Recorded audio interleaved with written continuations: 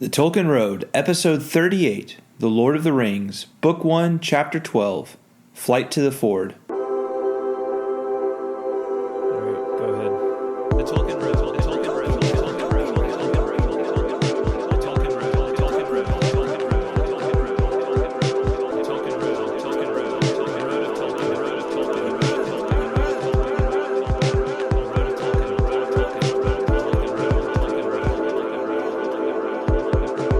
Tolkien Road, the Tolkien Road, the Tolkien Road, Hey there, fellow travelers. Welcome to the Tolkien Road, a long walk through the works and philosophy of J.R.R. Tolkien. On this episode, we continue our discussion of The Lord of the Rings with Book 1, Chapter 12 of Fellowship, Flight to the Ford, wherein Strider and the hobbits make a last desperate dash for Rivendell. By the way, if you haven't already, please leave the Tolkien Road a rating and feedback on iTunes. We'd love to know what you think of the podcast. Enjoy the show! Hey, hello everybody. Welcome to the Tolkien Road.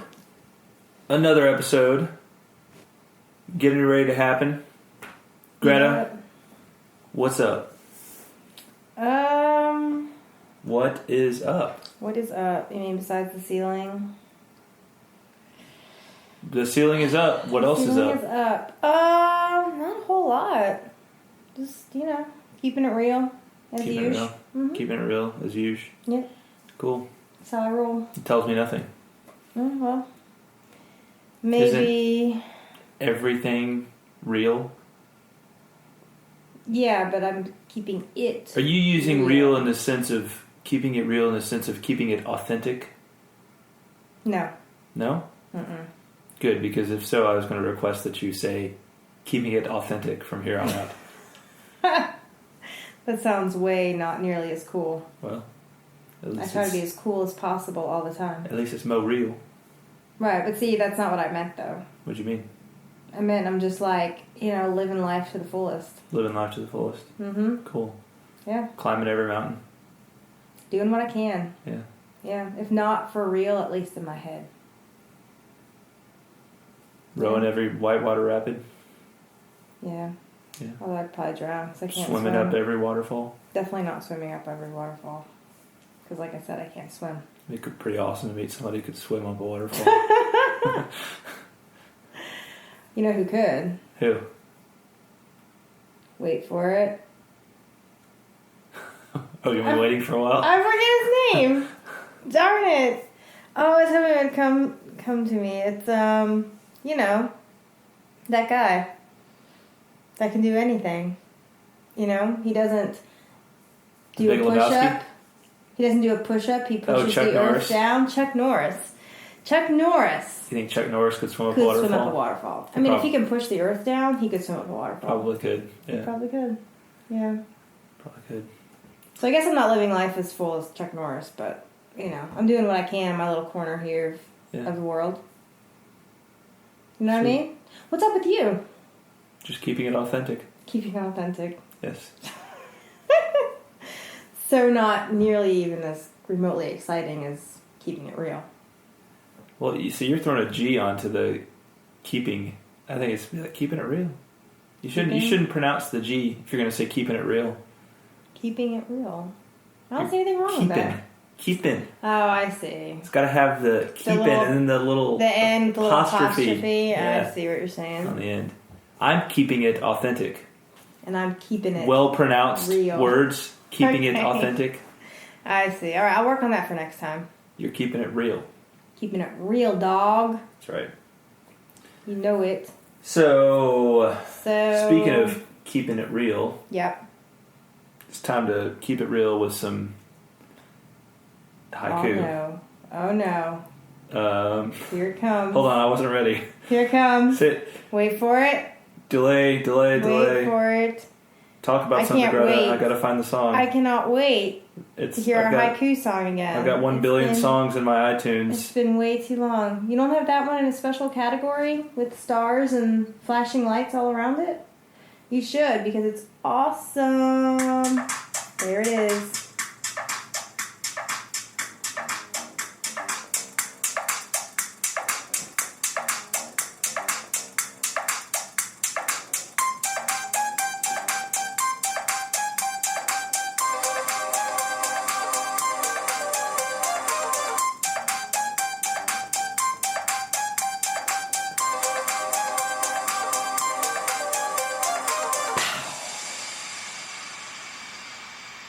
That should be the theme song of everybody that's keeping it real.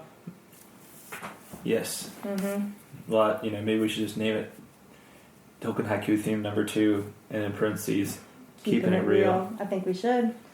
I vaguely remember talk of a jig or some kind of groove. Oh yeah, that was last episode. Was that okay? That's what I thought, and I hesitated to even bring it up, but gosh.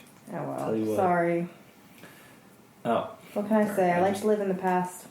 Yeah, well. Sometimes. Hey, interestingly enough, that's kind of one of the themes for tonight's episode.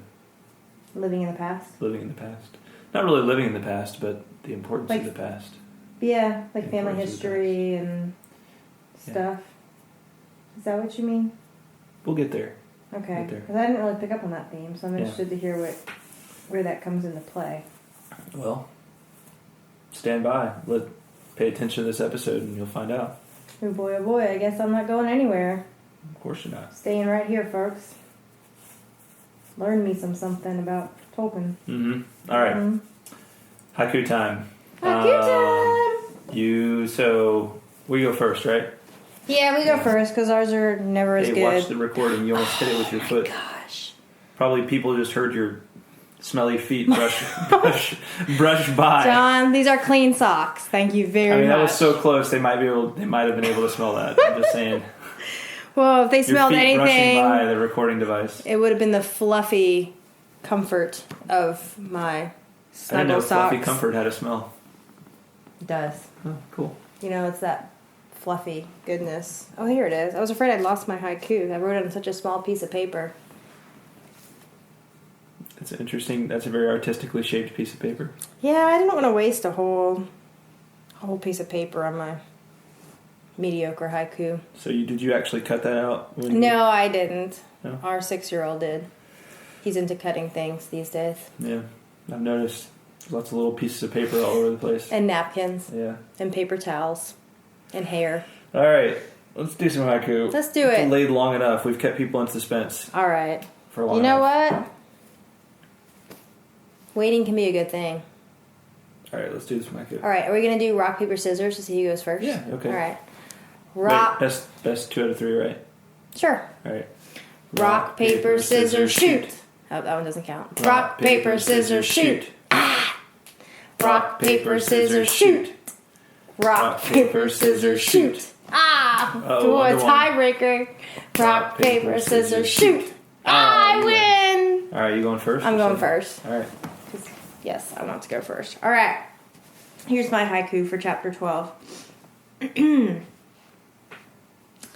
Just when doom seemed sure, bright light and foaming waves crash. A Moses-like trick.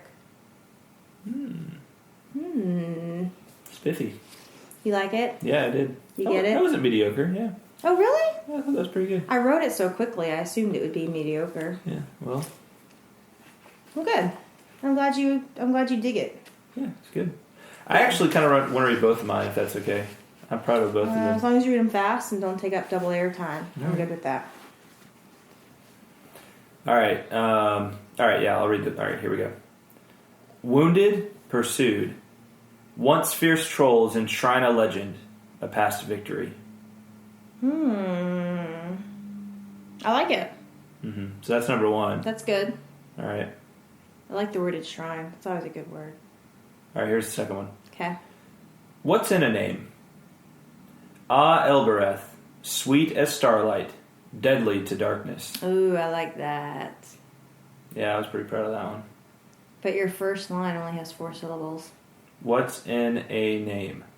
Ah, Elbereth, sweet as starlight, deadly to darkness. Okay, so the is part of the first syllable, first line. Exactly. Okay. I like doing that, like broken. Yeah, and it always kind of confuses me. Well, because I'm just not there yet. Yeah, well. But I like that. That's beautiful. I like deadly to darkness. Yeah. I liked how I wrote that one quick, wrote both of those pretty quickly, but I was like, it's like sweet, because you got sweet as starlight. I feel like that's a very musical one. Sweet as Starlight. That's, you have the alliteration there, too, and then Deadly to Darkness again. Mm-hmm. Yeah, you have like the juxtaposition, right, of sweet and death. Yeah. And then somebody needs to put their phone on silent. And that would be me. Because my phone's not up here. Yeah, I like the juxtaposition between sweet and death, and then light and darkness. I think that's really good. That's cool. Sweet. Well done. I'll give myself a pat on the back. You should. You can give yourself a high five. Because I'm too lazy to move so I can reach your hand. I'll reach over for you. Oh, that's a low five, though. There we go. Right on. Sweet. So do we have any... Huh? What? Nothing. Never mind. All right, Josh. Josh sent a couple along. Josh never lets us down, does he? Well, I had to remind him because I think he was a little confused about the schedule. So, but I literally sent him an email, or something on Twitter, 3 hours ago, and he came through with 2. Are you for real? Yeah. Wow. Superfan Josh reached a new level. All right, here we go. That's awesome. I'll read both of his since I read both of mine. Okay, it's only fair. Elven song spurs on. Maiar's magic applies form. Rushing water neighs. I like rushing water neighs. Yeah. I wish I'd thought of that. That's cool. That's really cool. All right, here's the second one. Okay. Nazgul stalked their prey. Nazgul fled from twice-born name. Nazgul washed away. Who's Nazgul? Those are the Black Riders. Oh, that's their name? Yeah, they'll start getting called that later in the story. So, should I have known that and just didn't? Mm-hmm. I should have known? Have they been... you've read them before. Well, I have, but did we talk about them being called that in the Silmarillion? We didn't. No. They wouldn't have. They haven't existed. They don't exist in the First Age. Okay. So if this were my first time reading The Fellowship, and if I had not so bad memory, I should remember that. Yeah, don't feel bad or nothing. I just want to make sure I wasn't forgetting something from previous chapters. No. Okay. Good job, Josh. I don't think that they've called him Nazgul yet in Fellowship. Anyway, I don't think they have. All right. Just a little ahead of the game. Right. Well, good job, Josh. Thank you. Here's Mary Grace. Mary Grace. Beware Morgul Blade, more deadly than all others. May Athelas heal. Nice. Mm-hmm. I like that. Good stuff. Totally good stuff. Good stuff. Well done, guys. Thanks for sharing. Yes. Well, and hey, other listeners out there, we know there's lots of you. Hey, maybe it's time you contributed to Tolkien Haiku. I'm just saying. Yeah. You can do it too. Mm-hmm. If I can do it, you can do it. That's right. If Greta can do it, then anybody can do it. You can do it. Mm-hmm. Yeah. So do it. There's a song. I can do it, you can do it, you can... Yeah. Oh, right. Is this a song you're making up right now? No, maybe those aren't the exact words. It's like, she can dig it, Oh, it's a dig it, that's right. She can dig it, I can dig it. Oh, let's do it. Let's dig it, baby. I can dig it, you can dig it. Okay, anyway. You're making me uncomfortable. Can you dig it, baby? Alright, so I messed that up. But yes... Send in haikus. Now that people have stopped listening. I've scared them all away. Darn. Oh. First you don't know what Nazgul is. And then you start singing some weird Diggit song. Have you seriously never heard that song? No. I probably have. I just probably... Don't recognize it because I'm singing it so poorly. That's alright. Yes. You're trying. Maybe you haven't heard it. I think it's like an oldie. You didn't listen to a lot of oldies. Like I did growing up. Right? Well, I listened to... Yeah, I did. I listened to a lot. Okay. They had a really good oldie station in Louisville where I grew up. 103.1 WRK, I think. I think that was right. Yeah, well, now I'm going to have to find it, and I will play it for everybody on our next episode. Okay. So they'll know I wasn't going crazy. All right, well, let's get talking about Tolkien, all right, before we... You're the one talking about oldie stations in Louisville, so I don't want to hear it. I mentioned it, just threw that out there. You didn't mention the call number. Talking about, that was totally not necessary. Hey, maybe there's some people from Louisville listening that remember that station. Do you think that station is still around? I mean, right. You haven't lived there in years. Move on. All right, let's go on down the road, Johnny. Down the Tolkien Road, here we go. Let's do it. So... we left off last time, and what had just happened?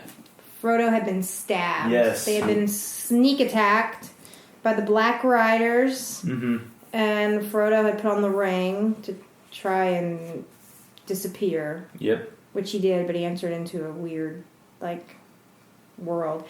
And he got stabbed. Mm-hmm. Yeah. And we basically leave the chapter not knowing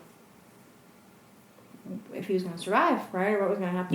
Yeah. I mean, all we know is he got stabbed, and then, it said, with a last effort, Frodo, dropping his sword, slipped the ring from his finger and closed his right hand tight upon it. So it doesn't exactly say that he was, dying or anything like that. It just seems pretty desperate, though. Right. So I wanted to start off in this chapter. I thought it was really interesting what Sam saw. It goes back and it kind of talks about when that whole episode unfolded. What did Sam see going on? So I'm going to read this bit. Okay. It's right at the very beginning of the chapter. First of all, Frodo wakes up and he's like, "What has happened? Where's the Pale King?" And then it says, "They were too overjoyed to hear him speak to answer for a while, nor did they understand his question. At length he gathered from Sam that they had seen nothing but the vague shadowy shapes coming towards them. Suddenly, to his horror, Sam found that his master had vanished, and at that moment a black shadow rushed past him and he fell. He heard Frodo's voice, but it seemed to come from a great distance, or from under the earth, crying out strange words. They saw nothing more until they stumbled over the body of Frodo, lying as if dead, face downwards on the grass with his sword beneath him. Strider ordered them to pick him up and lay him near the fire, and then he disappeared. That was now a good while ago." So, what Sam and the others saw was not the same vivid vision that Frodo saw, but it was almost like these black ghosts, creeping past him. Right. I just thought that vision was super creepy. Oh yeah, totally. And kind of nifty. They're kind of all getting ready. They know they're coming, and then they're getting ready to fight. And then next thing Sam knows, Frodo is nowhere to be seen, and then a black shadow just rushes past Sam. Right. I don't know. I'm just picturing that in my mind, and it's freaky. It's extra freaky. Yeah. Yeah, totally. Yeah. So they're not So yeah, the way that Sam describes them, they seem, he calls them shadowy, vague shadowy shapes, very ghost-like. Mm-hmm. So, but we know they're not, right? We know that they have flesh. Well, right? I don't know if you could say they have flesh. Remember, they're wearing an outer garment, right? Much like a ghost would. But when when Frodo sees them in the ring world, where is it? He was able to see beneath their black wrappings, and this is back at the end of chapter 11. Mm-hmm. There were 5 tall figures, 2 standing on the lip of the dell, 3 advancing. In their white faces burned keen and merciless eyes. Under their mantles were long gray robes.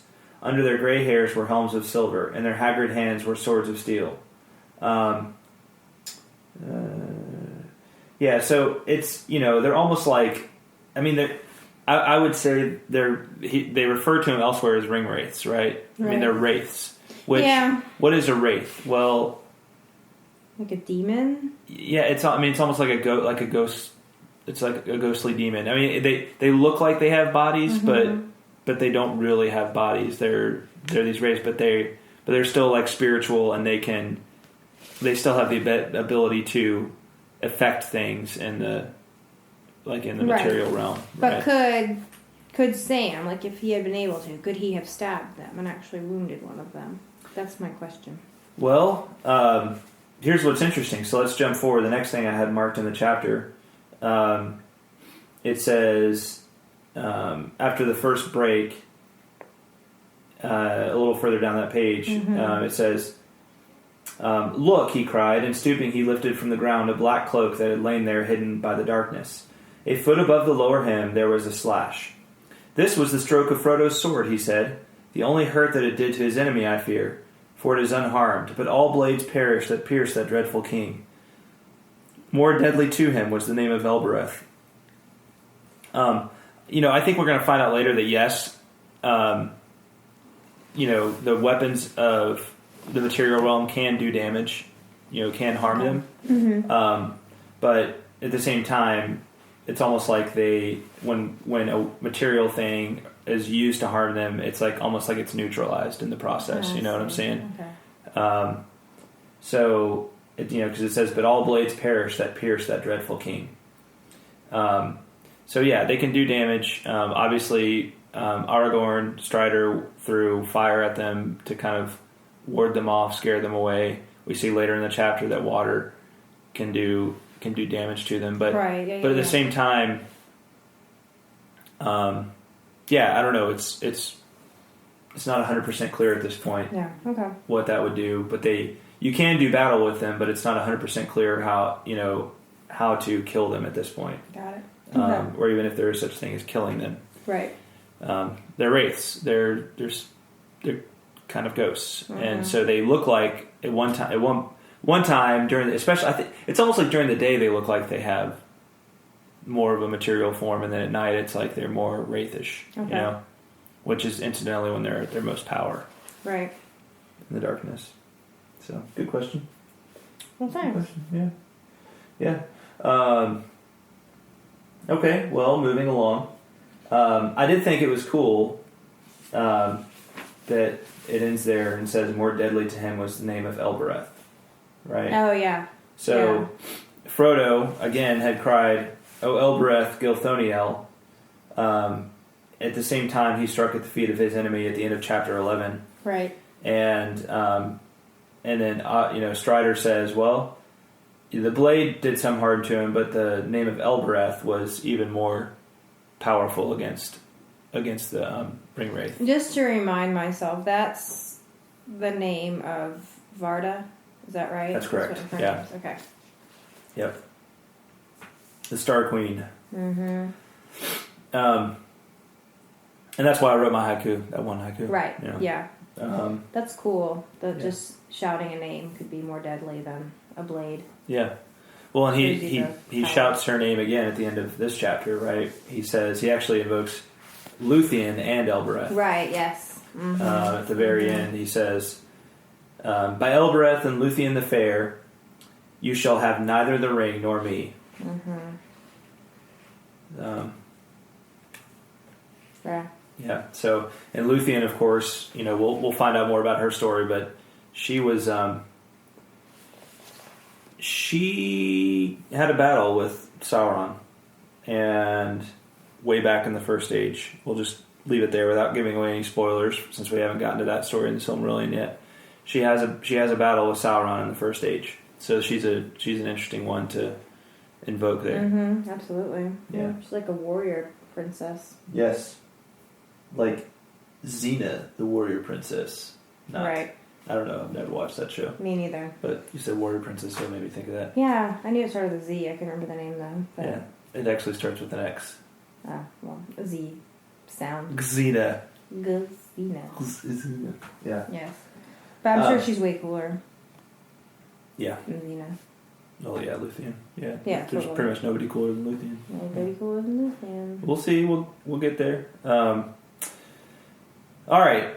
So at that point, and hey, feel free to stop and ask questions, or I'm just kind of moving along. Yeah, no. Yeah. There's a lot of stuff in this chapter. I did already ask one question. Yeah, good. Yeah. You do good. I just don't feel like you're getting steamrolled. I don't feel like I'm getting steamrolled.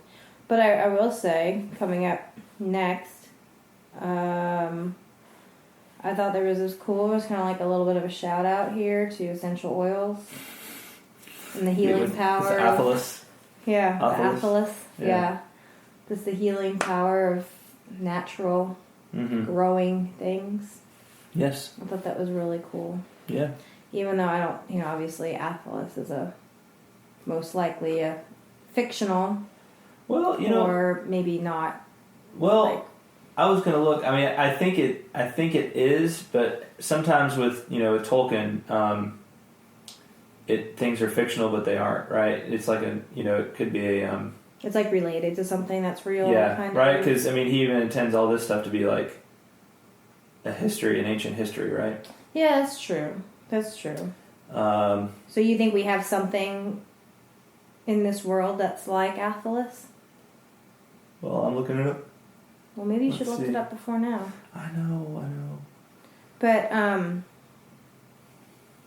But yeah, I thought it was neat because not only once he put the leaves of this of this Athelas, once he put them to boiling water, it just he bathed Frodo's shoulder, and he said even just a fragrance of it to everybody around it was calming and helped clear their minds. It helped Frodo too. Right. So, yeah, I like that. You like your essential oils? Yeah. I love my essential oils, and it's one of the reasons I love them is because they're made from things that naturally grow in our world, and they've been around forever and have been proven to work. Yeah. So yeah, I would like to learn more about Athelas. Well, it's interesting. So it says that men of the West brought it to Middle Earth. Right. Do you know what that refers to? So you probably don't know what that refers to because that goes back to the Second Age. We haven't gotten into Silmarillion yet. No, and we won't for some time. This would actually be in a Calabath. Oh, okay. And I don't know that it refers to Athelas necessarily there, but the men of the West would be the men of Numenor. Okay. Numenor is like this island that's between Middle Earth. We've talked about Numenor before, I think. Well, yeah, we've talked about it because Aragorn is descendant from the Numenorians, right? Right, okay. But yeah, so it came from kind of this special isle that belonged to the elf friends, to the men who were the elf friends who had helped the elves in the First Age, and these men, as opposed to all the other men, were given a reward by the Valar of having this island that was really close to the Blessed Realm. Right. I see. Okay. And so they had a lot of cool stuff there, and so Athelas is almost like something that comes from close to Valinor, right? So just kind of a nifty little. That is, yeah. Something to mention there. Yeah. Next, a little bit further down, I liked what it talked about with Frodo kind of regretting his foolishness. It says he bitterly regretted his foolishness and reproached himself for weakness of will. For he now perceived that in putting on the ring he obeyed not his own desire but the commanding wish of his enemies. He wondered if he would remain maimed for life and how they would now manage to continue their journey. He felt too weak to stand. Continue as I go on in life, I find that, I have a little bit of a temper and also a little bit of a, kind of a pride thing. And I find that when I let that temper get the best of me, which doesn't happen very much, but it's just kind of like, and it just comes out in kind of like very relatively mild ways. But even still, I immediately realized that it was a loss of self-control. It was a lot. It was and I feel really dumb afterwards, and I'm like, come on, you're better than that. Yeah. Yeah. Don't lose your cool. Yeah. And I feel like that is probably something on a much smaller scale of what Frodo feels like here.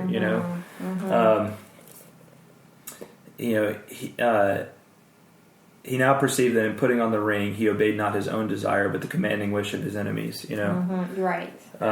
Yes. It's like that's not who I want to be. That's not really who I who I aspire to be or who I really am. Right. Exactly. And it's hard to blame Frodo for having done it because he's in this mortal state of fear when he puts on the ring. But But yeah, it's strange. The ring wraiths are almost able to work through the ring to tempt Frodo to do things. Yeah. You know? We talked about this before, right? Yeah. Where the ring exploits our the weakness of the owner, right? And so they're able to pick up on their Achilles heel, right, if you will, and really manipulate them, and be able to use the ring to kind of play on those weaknesses. Absolutely. Yeah. But yeah, I agree, and it's it's like insult to injury. Like, I know I did something stupid. Not only did I do something stupid, but I did the exact opposite of what I wanted to do, and I did what my mortal enemies wanted me to do. Right. That's just Yeah, so that they could destroy me. Right, and my friends. Like, right. Come on. That's definitely like a come on, man. Yeah. Come on, man. Come on, man. He wondered if he would remain maimed for life and how they would now manage to continue their journey. He felt too weak to stand. So not only all that is he kind of spiritually feeling crushed by this, by his failure, but physically he feels hurt pretty bad. And he's wondering if he can even continue on. Right.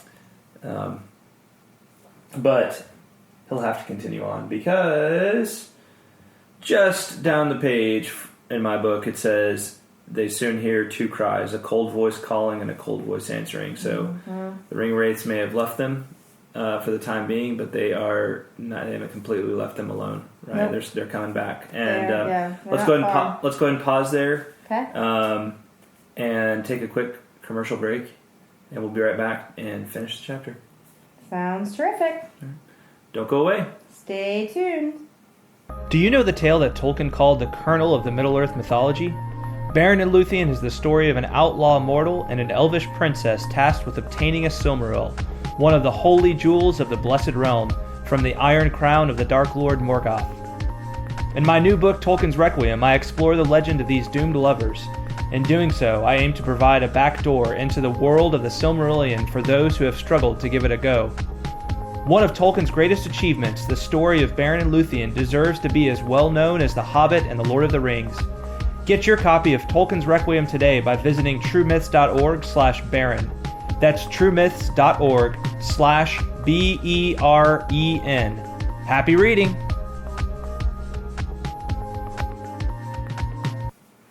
All right, well, let's continue on down the road. On the road again. Just can't wait to get on the road again. That's definitely not the song they're singing. No, that's not their theme song this time around. This is not the Hobbit theme song right now. No, is that? That's Willie Nelson, right? Yeah. Cool. Yeah. Wonder if he'll sing it on Sunday. He could. At Pilgrimage. He might. That'd be pretty sweet. I know all the words. Good for you. Mm-hmm. Very nice. Very nice. Yes. That would be cool if he played it. Yeah, you'll have to let me know. I will. All right. Mumble, mumble, mumble. All right, Willie Nelson. Mumble, mumble, mumble. Now our listeners really are. The few that stuck with us are now surely. So they continue their journey towards Rivendell. Right. And they are off the beaten path right now. They're going a very circuitous route, yes? Yeah, they're trying to keep away from the road because they're a better chance of not being detected by the ring wraiths that way. Right. But they end up kind of going too far out of the way and end up kind of swerving away from Rivendell, though they eventually find their way back on the path. Meanwhile, Frodo is growing ill. Right. A little further on in the chapter, it says, that night they camped on a stony shelf with a rock wall behind them, in which there was a shallow cave, a mere scoop in the cliff. Frodo was restless. The cold and wet had made his wound more painful than ever, and the ache and sense of deadly chill took away all sleep. He lay tossing and turning and listening fearfully to the stealthy night noises. Wind and chinks of rock, water dripping, a crack, the sudden rattling fall of a loosened stone. He felt that black shapes were advancing to smother him. But when he sat up, he saw nothing but the back of Strider sitting hunched up, smoking his pipe and watching. He lay down again and passed into an uneasy dream, in which he walked on the grass and his garden in the Shire, but it seemed faint and dim, less clear than the tall black shadows that stood looming over the hedge.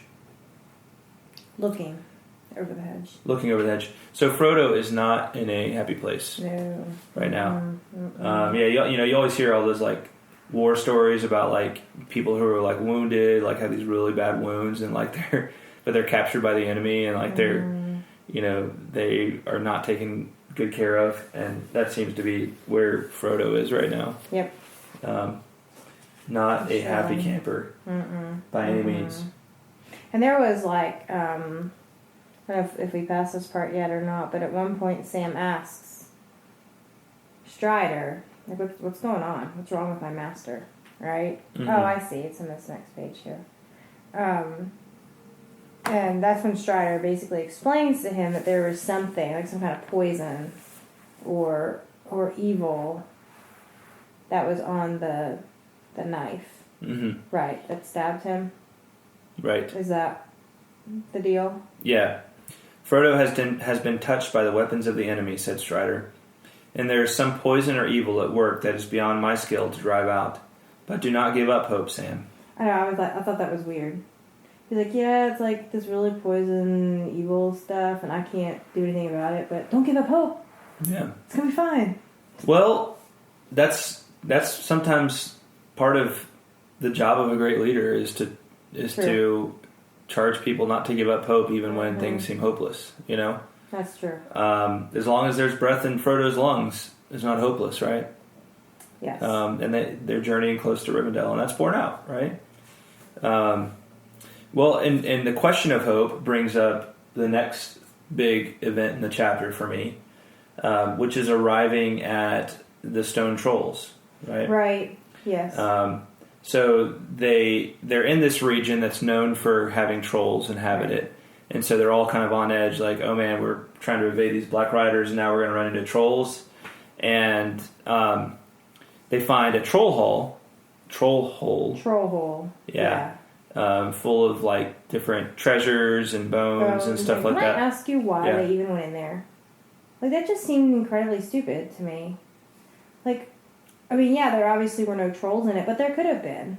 I mean, that just seems like, you know, I mean, it's like the bad horror movie where, you know, instead of running away from the house, the scary house, everybody runs into it. You know, I mean, it's like, why? Why even risk that? I didn't quite get that, because it was obviously, I don't know, it's probably a moot point, but I was like, that, I don't understand. Like, why would you just not walk faster and try to get away from a creepy place like that?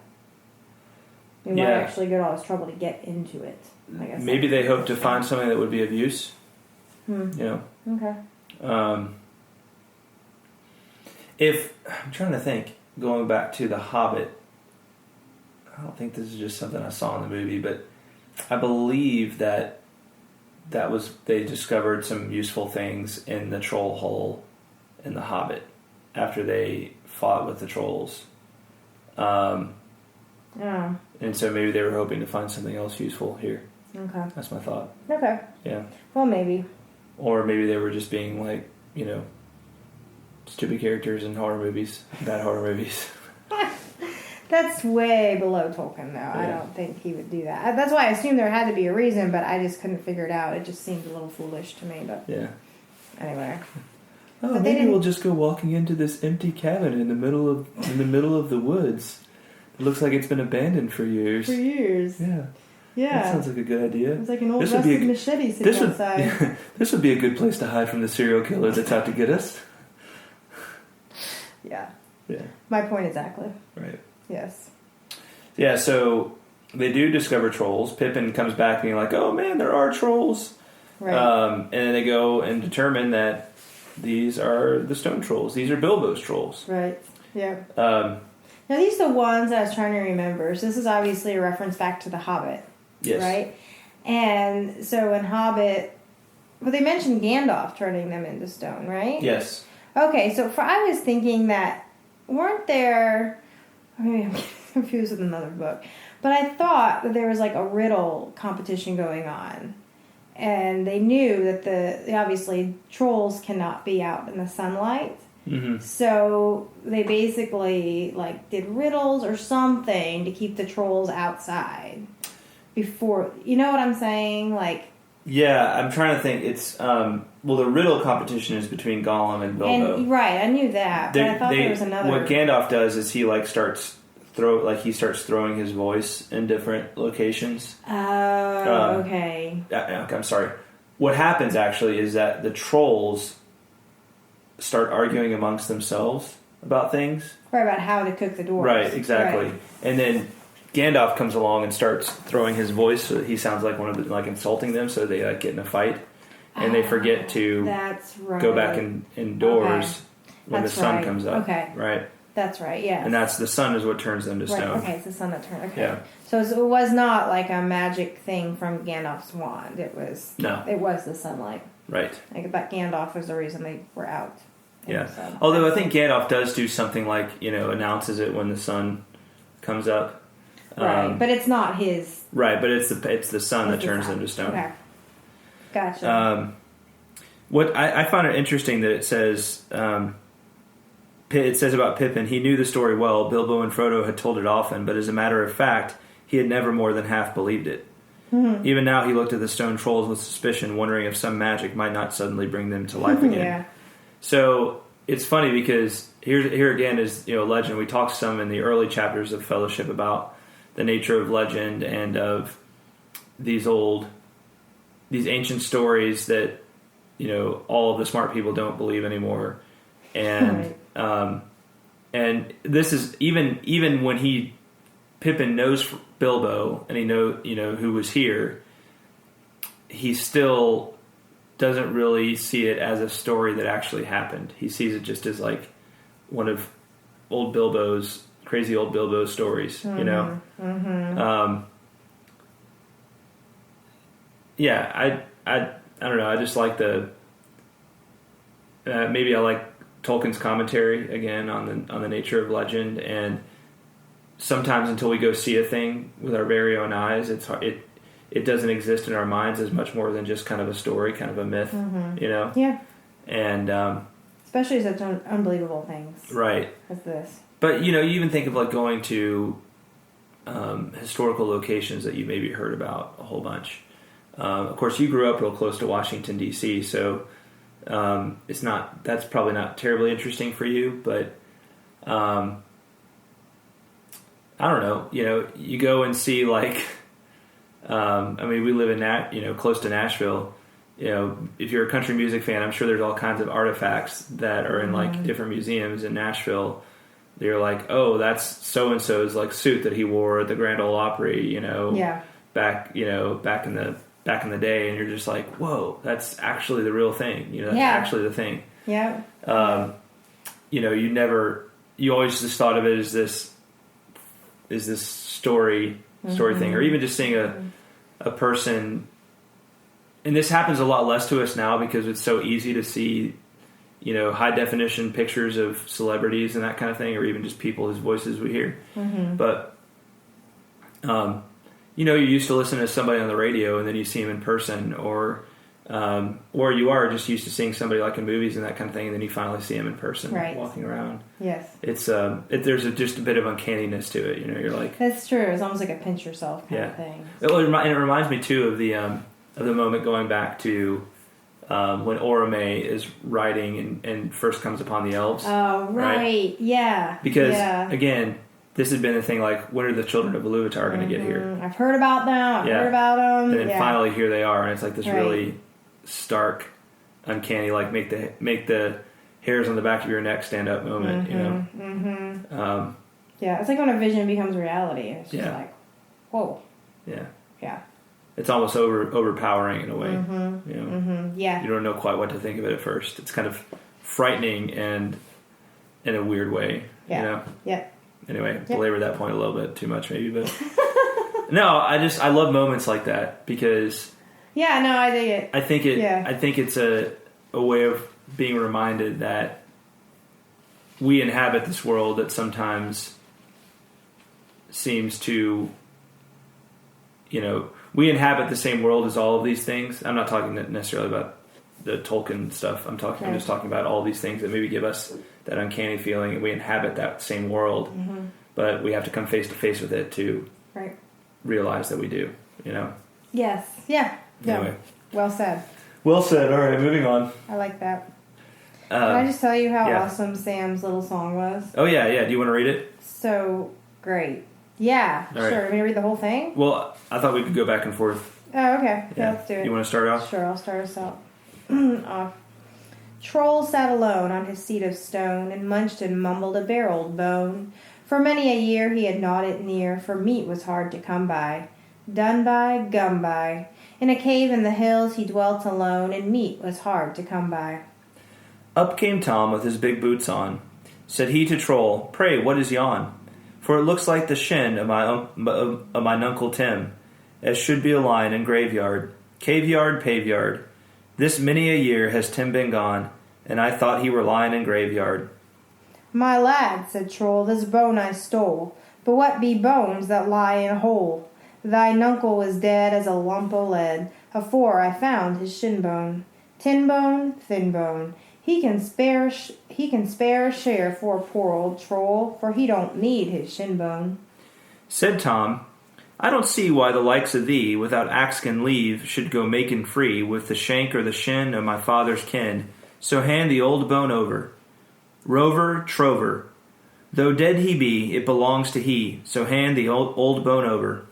"For a couple o' pins," says Troll and grins, "I'll eat thee too and gnaw thy shins.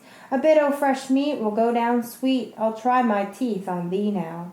He now, see now, I'm tired o' gnawing old bones and skins. I've a mind to dine on thee now." But just as he thought his dinner was caught, he found his hands had hold of naught.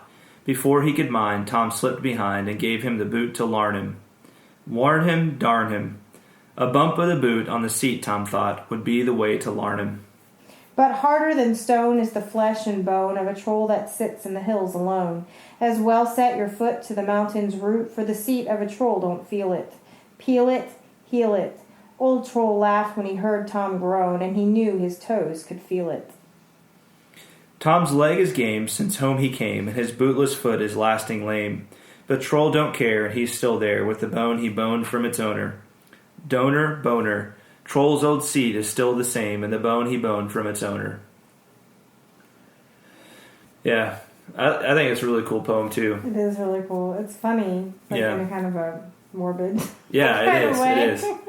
But it's super creative, and I was reading it, and I was like, it only has, and this is obviously not the first, poem that we've come across or song or whatever, but it boggles my mind that not only did Tolkien, write all these books and, just his details, it's like writing, 16 novels isn't enough. Mm-hmm. Like, you have to come up with these really creative, clever poems to stick in there now and then, too. Right. I mean, it's just his genius. His, literary genius is just mind-boggling. Well, and he can go from the poem in the last chapter, which was in very, had a very different feel from this poem, right? Mm-hmm. Where this one sounds, it's almost like a morbid nursery rhyme. Yes.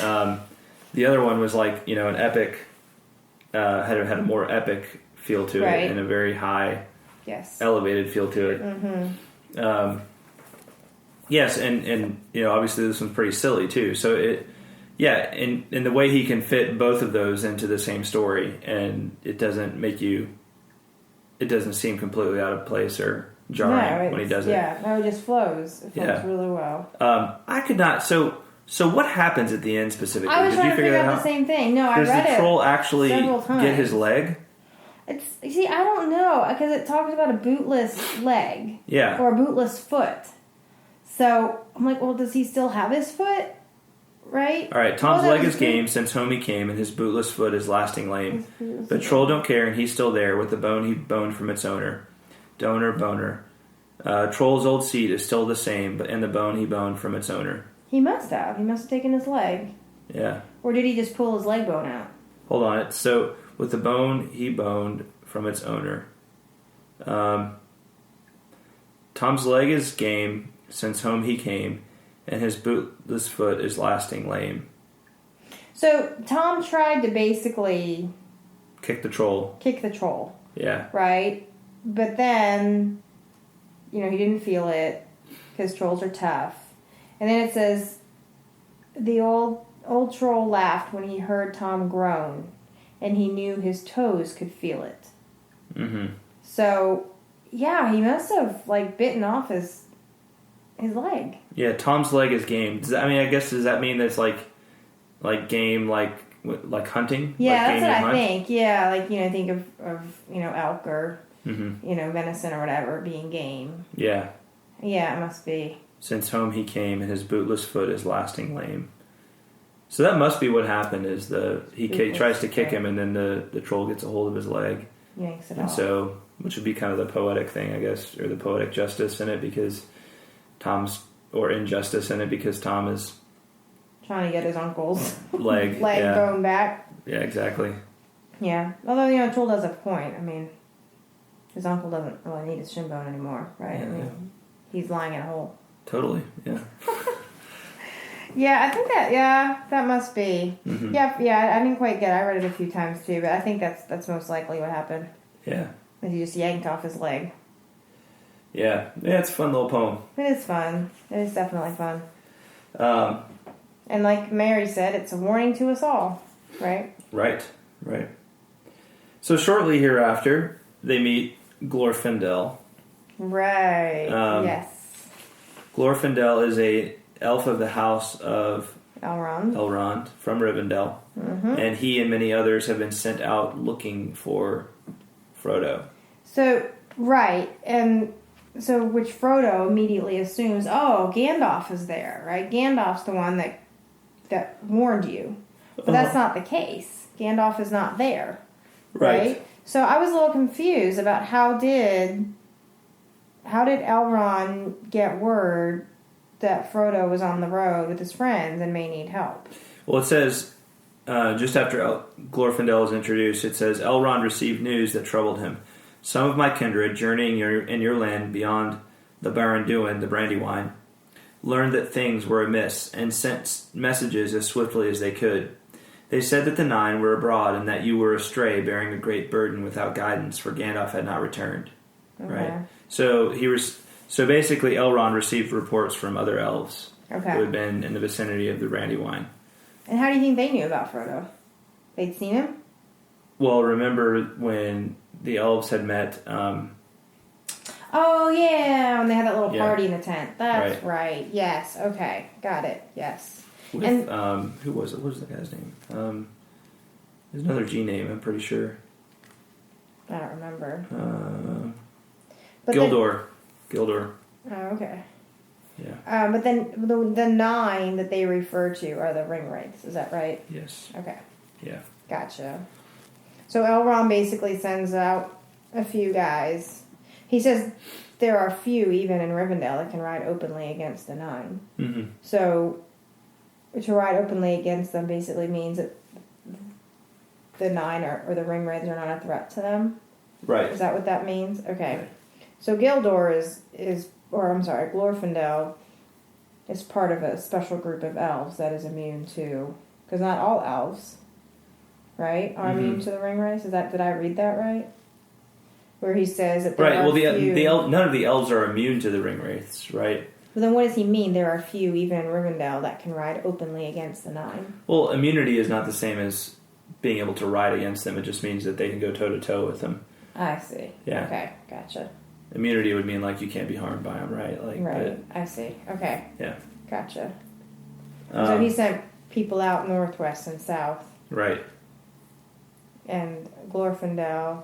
Oh, so that's where that little green jewel came from when they were about to cross the bridge, remember? Yeah, I guess so. I guess that's where that came from. Because Glorfindel said he left it.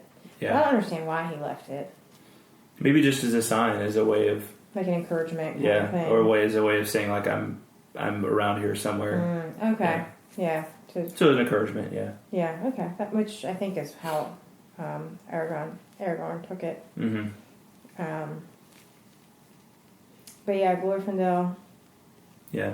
Showed up at a good time. So Glorfindel shows up, and Frodo starting to feel the effects of his wounds. And so it says, while Glorfindel was speaking, the shades of evening deepened. Frodo felt a great weariness come over him.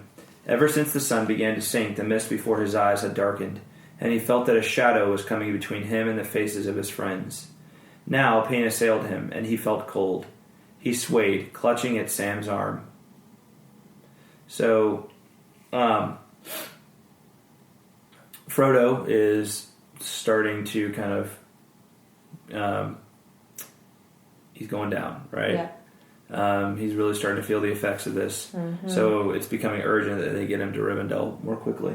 Right. The plan is that Glorfindel is going to give Frodo his horse, so that because this horse can outride the horses of the Black Riders. Mm-hmm. So he mounts Frodo on the horse. Although Frodo was not crazy about that idea. Right. Yeah. Why? Because he said it's not fair that I should, if I'm going to leave and go to Rivendell to be safe, and my friends are left here behind in danger. It's like, that's not cool. Right. But I thought Glorfindel's, obviously his answer was spot on. Mm-hmm. It's like, listen, you're the reason that your friends are in danger. Right. Right? Exactly. So if you leave, like I'm telling you to go, when you go, your friends should be okay. They will leave them alone and chase after you. Right. So don't worry, you will still be the one in danger, not your friends. Yeah, so they're able to kind of mosey along for a little while. Mm-hmm. But eventually the Black Riders do catch up to them and they've kind of set a trap for them. Right. And Glorfindel realizes it and he says, "Fly, fly, the enemy is upon us." And at that point Frodo takes off upon a horse. And does manage to beat them to the ford, of the river, which is which river is it again? I don't remember. Mm-mm. I think it's the I get all the river names mixed up. Is it the Horwell? Sounds right. I think that's it. Let's look at them. Let's look at the map. I don't have a map. Ooh. Poor me. Not there. Does it really matter what river it is? Yes. Okay. Just asking. Does it really matter? Because, all rivers look the same to me. This is Tolkien we're talking about. Of course it matters what we're talking about. My bad. Yeah, you're bad. Just like I said. You've seen one river, you've seen them all in my book. No, I'm sorry. It's the Bruin and it's the Loudwater. Is what it is. The Bruin. Okay. And what is a ford? They keep talking about the ford. It's like a shallow place where you can cross a river, but you actually like. Well, you should know this. You're an Oregon Trail fan, right? Mm-hmm. Oh yeah, I guess. You can either travel upstream and cross the river up there, or you can attempt to ford the river, right? Or you can take a ferry across the river, right? I always opt for the ferry. The ford is where you actually get in the water and you look and you hope that it's not too deep. Okay. It's not so deep that you drown and get carried away, right? Okay. And so the ford, in this case, would be a place where it's shallow enough to get across the river without drowning in it. Got it. Yeah. Okay. So Frodo crosses the river at the ford with the Black Riders in pursuit. The Black Riders don't like water, but they're still planning to come after him. So a couple of interesting things happen in the last couple of pages. First off, the riders again work some of their strange magic via the ring.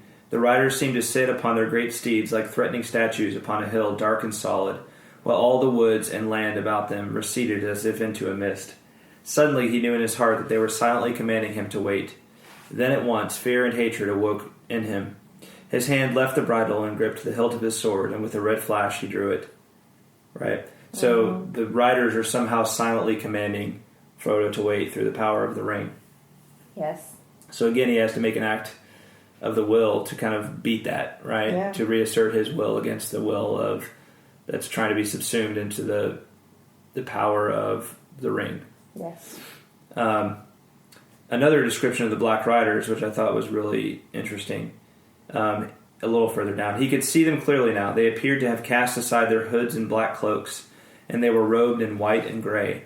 Swords were naked in their pale hands. Helms were on their heads. Their cold eyes glittered, and they called to him with fell voices. Yeah, so he sees them a little more starkly now, robed in white and gray. Why do you think that is? I don't know. This is a very odd vision to me. It's almost like they're readying for true battle or something. He doesn't have the ring on. Right. So it's not like he's in the ring world. Right. But still, I feel like Frodo, because he put on the ring, and also because he's been stabbed with the evil blade. Oh, yeah. I think he's like almost like kind of halfway between the regular world and the wraith world. You know.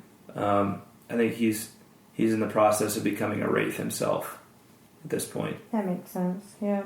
Well, makes sense in my head.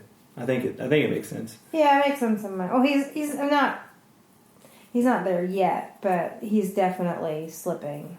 Yeah. Out of the true reality into a more, into this ghostly, evil place. Yeah, but it's so it was actually Glorfindel had to. Basically, was the one that urged the horse to go on. Yeah. Because Frodo didn't. Yes. Good point. Yeah. Yeah. Yeah, Glorfindel had to give the horse the order because Frodo was not really capable of doing it. And he had to give it in the elf tongue. Yeah. Also. Right. Norlim. I'm probably saying that. Norolim, Asfaloth. So Asfaloth, is that the horse's name? I think that might be the horse's name. Yeah. Yeah. Ride on. So that's how you say ride on in Elvish? I assume, yeah. Norolim. Sounds pretty. Yeah. Well, Elvish is a very pretty language. Yeah. If I was a language person, I'd probably try to learn it. But not. Very practical. Unless you're at a Tolkien convention.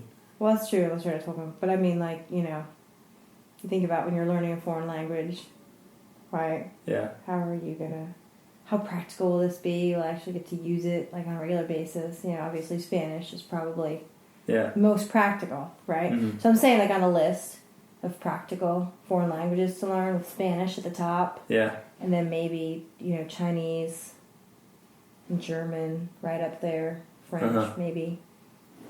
I'd say Elvish is pretty low on the practicality list, but beautiful nonetheless. Check back in 100 years. We'll see. Think the elves are going to make a comeback? Yeah, who's going to keep speaking French in 100 years? Come on. I don't know, it's only gone around for a couple thousand. Anyway. Well, yeah, but it's, anyway. French is pretty too. In a different way, though. It is pretty, yeah. It's a lot prettier than German. Yeah. Deutsch. Deutsch. I speak Deutsch. Ich sprechen Deutsch. Yeah, we probably have some German listeners, so we don't want to make... That's true. I wasn't making fun of it. Yeah. I love Germany. I used to live there. I wasn't making fun of it. I love Germany. Good one, Greta. Good recovery there. Yeah, I do love it. Yeah. I mean, where would we be without bratwurst? And hamburgers. True. No, I do. I have a special place in my heart for Germany. Do you mean when you say where would we be without hamburgers? Do you mean the people from Hamburg, or do you mean No, I meant the food hamburgers because it was invented in Hamburg. Have you ever noticed that every city in Germany has the name of a person from that city is also the name of a food? What? Because you have a person from Hamburg would be a Hamburger, right? A person from Frankfurt would be a Frankfurter. A person from Berlin would be a Berliner, and that's where the whole John F. Kennedy, Ich bin ein Berliner. Ich bin ein Berliner. Wait, is that a food? Yeah, that's like a jelly donut, right? Oh, that's right. Yeah. I am a jelly donut. Yeah. That's right. I'd forgotten about that. There's some other cities. Munich doesn't really work. No, it doesn't. Although whenever I think of Munich, I think of beer. Well, you should. Yeah. Some of the best beer gardens in the world are in Munich.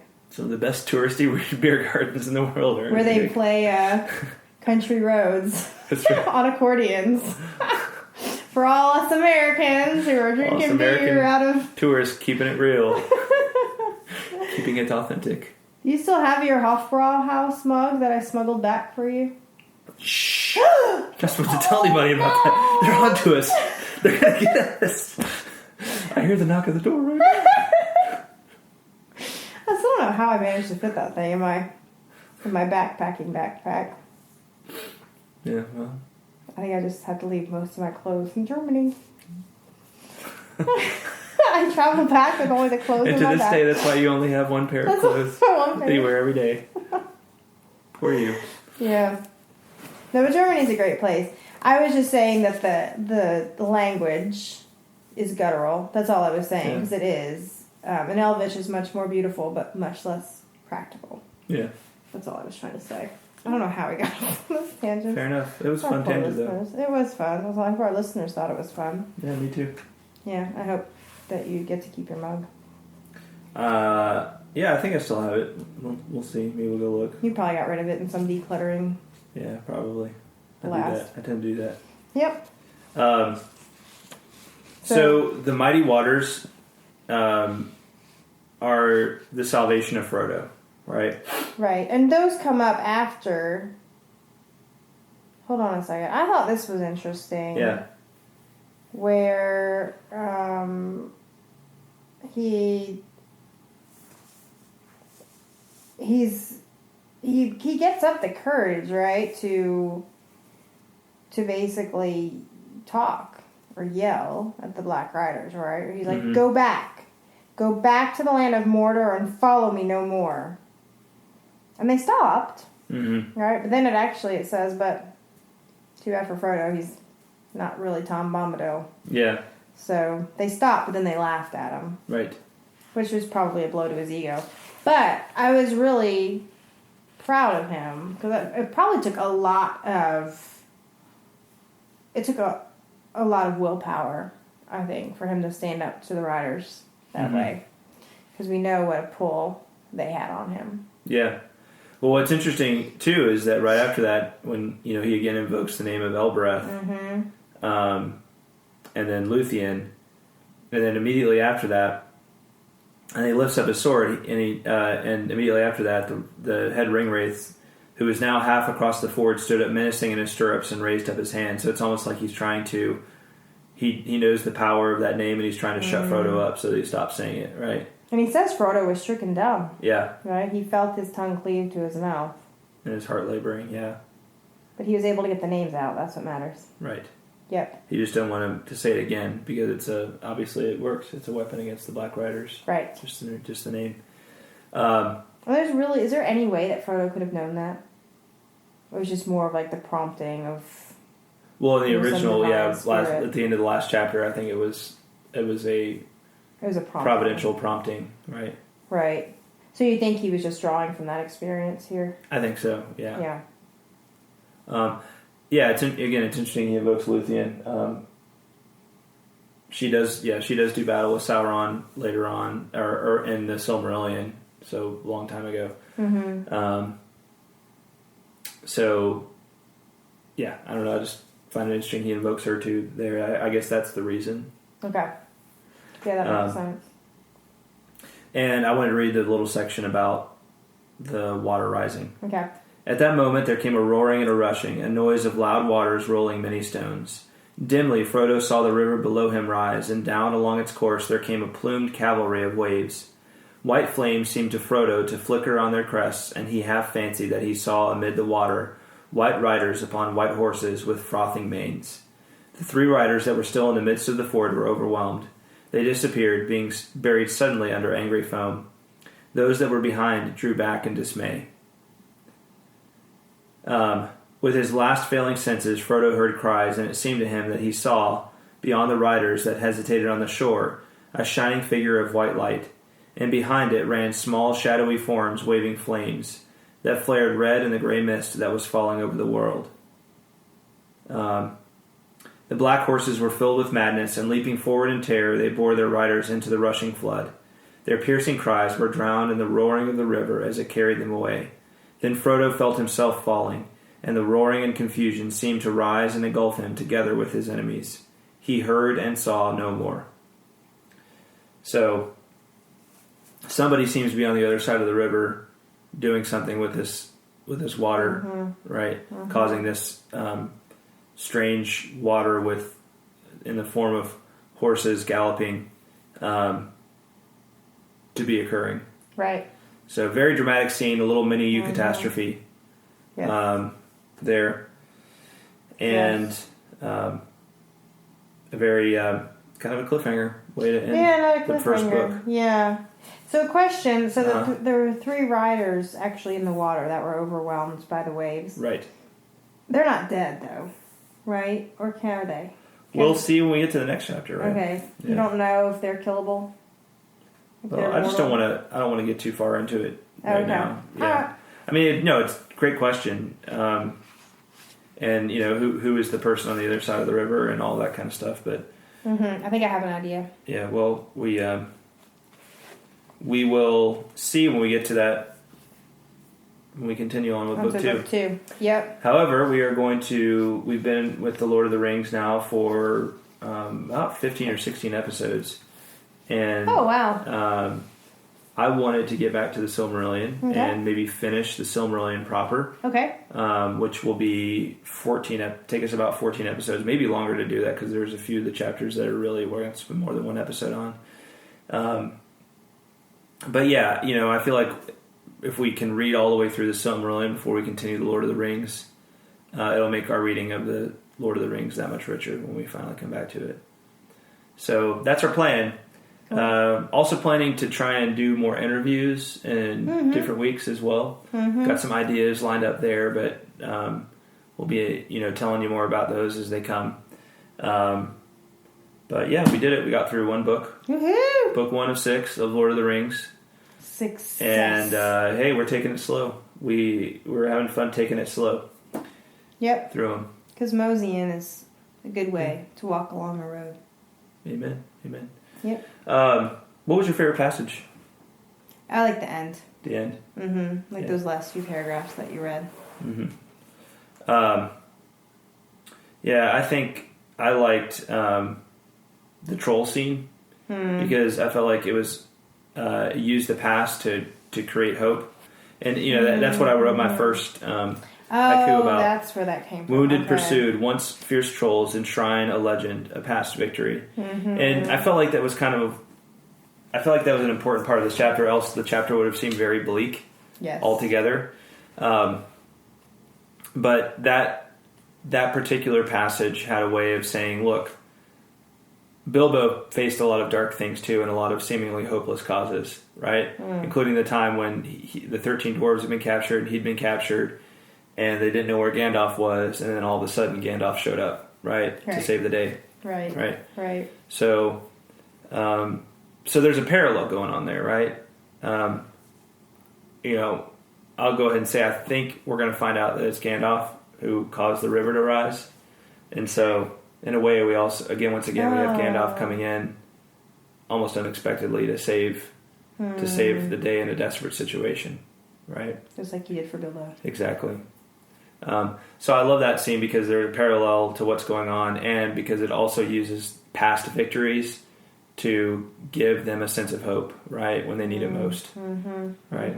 Yeah. So absolutely. Good stuff. Just thought that was nifty. Totally nifty. Yeah, so next episode, which will be 2 weeks from when this episode is released, we will pick up with the Silmarillion chapter 10 of the Sindar. So are they elves? We are actually journeying back to. The Silmarillion is shifting. We've been in Valinor for a long time, right? And it's shifting it's going to shift over to the other shore on the other side of the sea. So the Sindar are elves. Yeah, the Sindar are elves, but they are the elves that remained behind that didn't finish the journey to Valinor. Oh, okay. Yeah, gotcha. So they've been sundered from the Noldor and the Vanyar and the Teleri for some time now. Okay. But they'll all kind of, the Noldor and the Sindar will kind of come back together in the next couple of chapters of the Silmarillion. So lots of cool beans. Lots of interesting stuff going to be happening there. Yeah. Exciting. All right. Well, anything else you want to say, Greta? No, I'm good. All right. Party on. Party on. Yeah. Good episode, guys. Way to go. If we could, we'd reach through the microphone and give every one of you a high five. Good job. We could do air fives. We could. Yeah, there you go. Yeah. So rewind that right there and do the whoosh with us. Yes. Yeah. Please. No one will think you're weird, I promise. Yeah. Yeah, especially if you're doing it with your headphones on at your desk in the middle of the day at work. Yeah. At work. Yeah. No one will think you're weird. No one will think you're weird. I just wish they could get in on some of that Tolkien Road action. That's what I'm saying. All right. Thanks, everybody. Thanks for listening, and we will talk at you next time. Bye, y'all. Thank you. Please remember to check out truemyths.org for show notes and plenty of other Tolkien goodness. Also, if you're enjoying the podcast, would you please leave the Tolkien Road a rating and feedback on iTunes? It's a great way to support the show and takes less than a minute. On October 12th, we'll return to our discussion of the Silmarillion as we pick up with Chapter 10 of the Sindar. Please tune in, and until next time, the road goes ever on.